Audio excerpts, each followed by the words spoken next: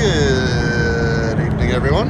And today we got a CBD 164 forklift.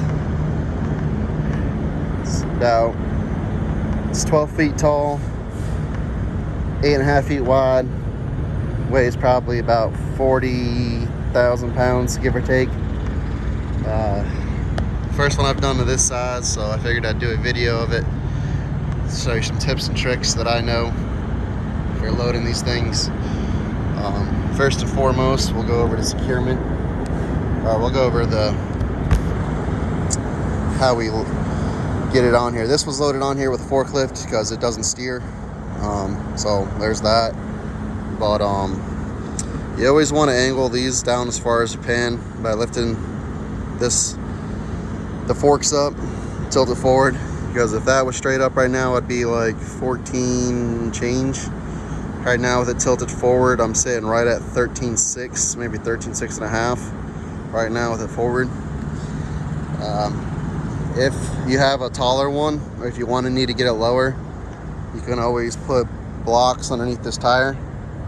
And if you do so, it'll take the unit and it'll pitch it down this way, which allows you to get that fork down a little bit lower at an angle. So you can get an extra couple inches out of it that way. But yeah, let's go about securement. So you got to strap over the forks first and foremost. One of the dumb rules I have. And then for these forklifts, you can go to the forks themselves, the housing, because one, it's definitely bolted on there pretty good. Like those bolts ain't coming off, and it's not going to go anywhere.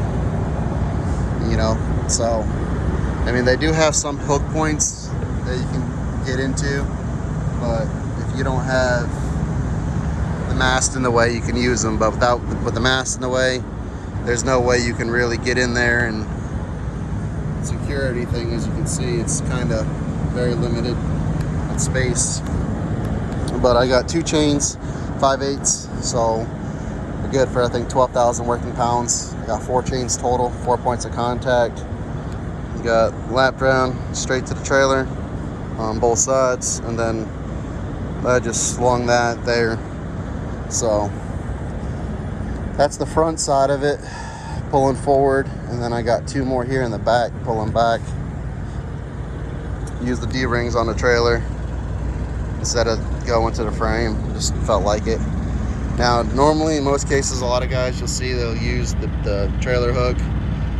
Personally, I don't think it's a good idea because that's only rated for X amount of weight, and it's a single point tie down, which you want to try to avoid, especially with wheeled vehicles. You're supposed to have 4 points of contact. So what I did is, if you see in here, there is just nothing to hook onto. I mean, it's just plain. Some of them, they'll have hooks here that you can tie down to, or on the counterweight, but this one doesn't. So I went underneath the hydraulic piston and did it like so that way you don't mess with the hydraulics, and you keep everything pretty nice and neat. When you tighten it up, then she'll hold. So I did that on both sides, and yeah, that's how you do it.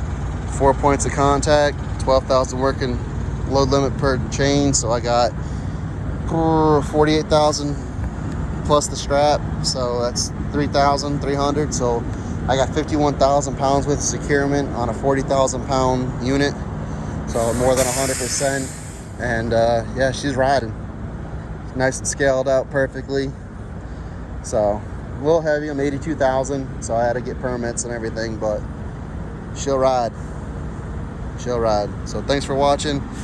If you have any more questions about loading forklifts or anything like that, if I can find a video to help you guys out, I'll make one. But if not, thanks for watching. Comment below, and looking forward to the next one. Bye.